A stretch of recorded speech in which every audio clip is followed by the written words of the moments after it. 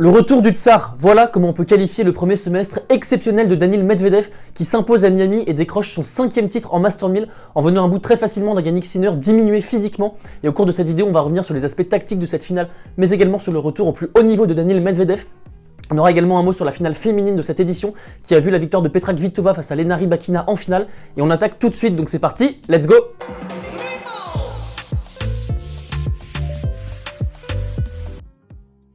Quelques chiffres sur le retour fracassant de Daniil Medvedev avant de revenir plus en détail sur cette finale. Il a remporté hier son 19e titre en carrière, le plus grand depuis son triomphe à l'US Open en 2021, puisqu'il n'avait toujours pas été titré depuis, ni en Master 1000, ni en Grand Chelem, ni au Masters. 25 victoires sur ses 26 derniers matchs disputés, c'est colossal. Sur ses 5 derniers tournois, il en a remporté 4 pour une finale et donc une seule défaite en finale d'Indian Wells face à Carlos Alcaraz. Il devient le second russe dans l'histoire à triompher au Master 1000 de Miami, puisqu'il succède à Nikolai Davydenko. Et puis enfin, plus intéressant encore, au niveau du classement, il prend la tête de la race en dépassant Novak Djokovic, puisqu'il dispose désormais de 3030 points à la race. Et puis plus impressionnant encore, il redevient numéro 4 mondial, ce qui est colossal quand on sait qu'il était hors du top 10 il y a à peine un mois. Il devient le premier joueur depuis 2006 et Roger Federer à atteindre la finale de 5 tournois avant le début de la saison sur terre battue. Et on souhaite à Daniil Medvedev une aussi belle saison que celle de Roger Federer en 2006, puisque c'était tout simplement la plus belle de sa carrière, avec 92 victoires pour seulement 5 défaites et 12 titres. Daniil s'est montré impérial tactiquement, il a su contrer la force de frappe de Sinner, trouver une superbe longueur de balle afin vraiment de gêner Sinner au maximum. Également, il a su dominer les longs échanges, il s'est montré intraitable en défense, indébordable en cadence. Également, il a servi très bien tout au long du match, il est à 86% de réussite derrière sa première balle, c'est colossal.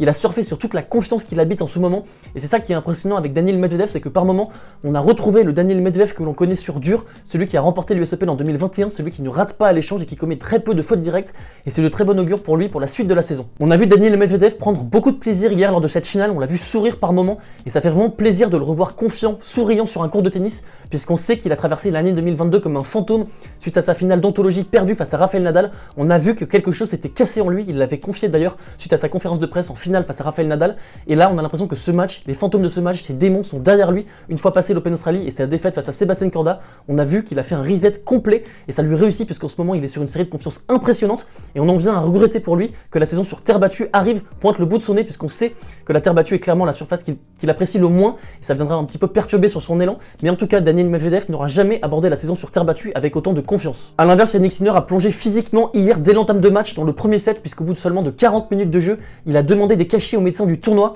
et on a l'impression qu'il ne s'est pas vraiment remis des efforts dantesques qu'il a produits lors de sa demi-finale face à Carlos Alcaraz, qui est à ce jour la plus belle victoire de sa carrière. Et puis on a l'impression que Jannik Sinner n'arrive pas à trouver les réponses face au jeu de Daniil Medvedev, qui est vraiment l'anti-Sinner par excellence. C'est vraiment sa bête noire puisqu'il a triomphé de Jannik Sinner à 6 reprises en 6 matchs.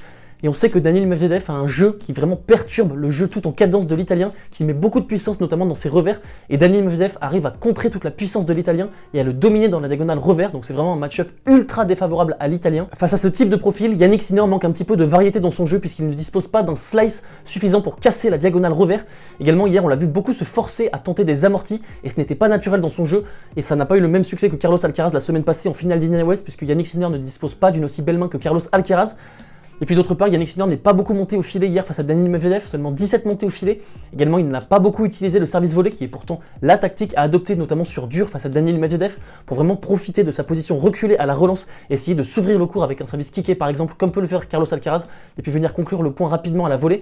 Et tout ça, c'est des aspects tactiques sur lesquels Jannik Sinner doit travailler pour essayer vraiment de trouver la réponse face à Daniil Medvedev. En tout cas, la tournée américaine et plus globalement le premier trimestre de l'année 2023 nous montre vraiment que Jannik Sinner a passé un cap, que ce soit dans son jeu ou bien dans ses résultats, puisqu'il ne déçoit plus sur le circuit. Il perd seulement contre des top joueurs, que ce soit Sebi Korda qui jouait chaleur à Adélaïde, ou bien par la suite Stefanos Tsitsipas à l'Open Australie qui va faire finale, Daniil Medvedev titré à Rotterdam en finale face à Jannik Sinner, ou bien Carlos Alcaraz la semaine passée. Et on voit vraiment que la collaboration entre Jannik Sinner et Darren Cahill porte ses fruits, matérialisée ce matin par le retour de l'Italien dans le top 10 à une très belle 9e place mondiale. Je ne me fais pas de soucis pour Jannik Sinner, je pense vraiment que son heure viendra. C'est un top joueur qui a encore une marge de progression assez importante, que ce soit au niveau de son service, au niveau de sa main, au niveau des amortis et des volets, ou bien encore au niveau de son physique qui est parfois défaillant, mais c'est déjà un top joueur et son début d'année 2023 est très prometteur et je pense qu'il devrait remporter rapidement un grand titre, pourquoi pas dès cette année. En tout cas, je l'espère pour lui. Et puis chez les femmes, on a assisté à la victoire de Petra Kvitova en finale face à la joueuse en forme du moment, Lena Rybakina. Elle a décroché par cette occasion son 30e titre en carrière, ce qui fait d'elle la 17e joueuse la plus titrée dans l'ère Open. Et puis parmi les joueuses en activité, seule Venus Williams a davantage de titres qu'elle, 49 titres contre 30. Et puis personnellement, je suis ravi de ce retour au plus haut niveau de Petra Kvitova, c'est vraiment une inspiration pour moi. Pour rappel, elle a gagné 2 fois Wimbledon, et puis surtout elle a subi une attaque au couteau lors d'un cambriolage en 2016. Elle est donc passée par des moments très compliqués puisqu'elle a eu une grosse blessure à la main. Elle se demandait même s'il allait pouvoir rejouer au tennis un jour. Donc c'est vraiment une super nouvelle de la revoir gagner un grand titre à nouveau. Tout au long de cette finale, elle a su s'appuyer sur son service et sur sa patte de gauchère, et puis surtout elle a su faire parler toute son expérience lors du tie-break du premier set, un tie-break haletant remporté 16 points à 14 qui a vraiment fait la différence au long de cette finale puisqu'on a vu une Rybakina complètement démotivée lors du second set. Et puis enfin, la magnifique semaine de Petra Kvitova se matérialise par un retour à la place de 10e mondial, un retour dans le top 10, ce qui devrait lui permettre de viser plus haut pour la suite de la saison. Et voilà les talkers, on arrive à la fin de ces reviews des finales masculines comme féminines. J'espère que cette vidéo vous aura plu. Si vous souhaitez poursuivre l'échange, sachez qu'on se retrouve ce soir à 20 h lors d'un live pour revenir en détail sur la tournée américaine et puis surtout se projeter sur la saison sur terre battue. Donc j'espère vous voir présents nombreux ce soir. Et puis je vous embrasse et je vous dis à très vite. Ciao!